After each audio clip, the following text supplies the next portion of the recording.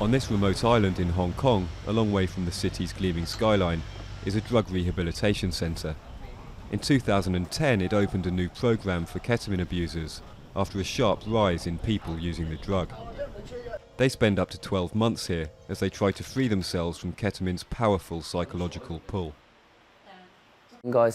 I knew I shouldn't take ketamine, but because I had never tried it before, I didn't realise it would have such an attraction. I felt so weightless and free after taking it. I was in love with this feeling and got addicted to it. Ketamine is not just a drug. It's a recipe for misery. Ketamine use in Hong Kong peaked a few years ago with more than 5,000 reported users, mostly young and often middle class. Adverts like this have helped to reduce the problem, but the drug is still popular. It's easy to take discreetly and it's inexpensive, with a steady supply coming from mainland China. Ketamine is a lot cheaper than other kinds of drugs, particularly when compared with heroin, ecstasy even, or cocaine.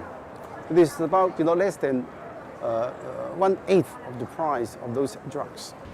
Ketamine can also have devastating physical consequences. And this is the bladder, and the size of the bladder is around 50 ml only. Dr. Peggy Chu was first to discover how ketamine shrinks bladder size, with some heavy users frequently wetting themselves. It affects their social circle, and they cannot get a good relationship with the non-ketamine abuser, and that's why they have to go back to their friends who are ketamine abuser, so that it is a vicious cycle.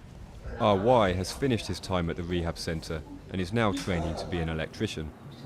For the first 2 months, I thought my life would just continue like that day after day. But later, the staff helped to change my way of thinking. I started to have some expectations. I wanted to learn some skills. I didn't want to be useless after I came out.